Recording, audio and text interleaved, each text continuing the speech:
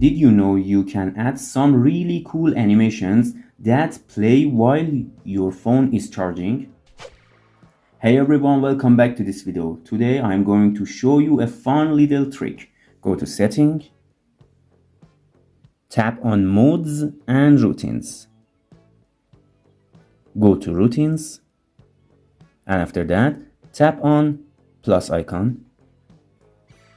Under the If section, scroll down and select Charging Status.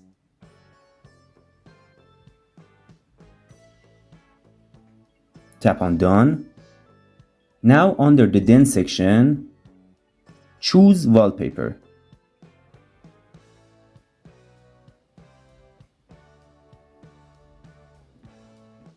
Tap on Change Lock Screen Wallpaper. Here you can pick any video or animation you like.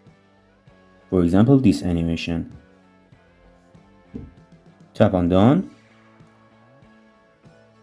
And after that, tap on Save. You are all set.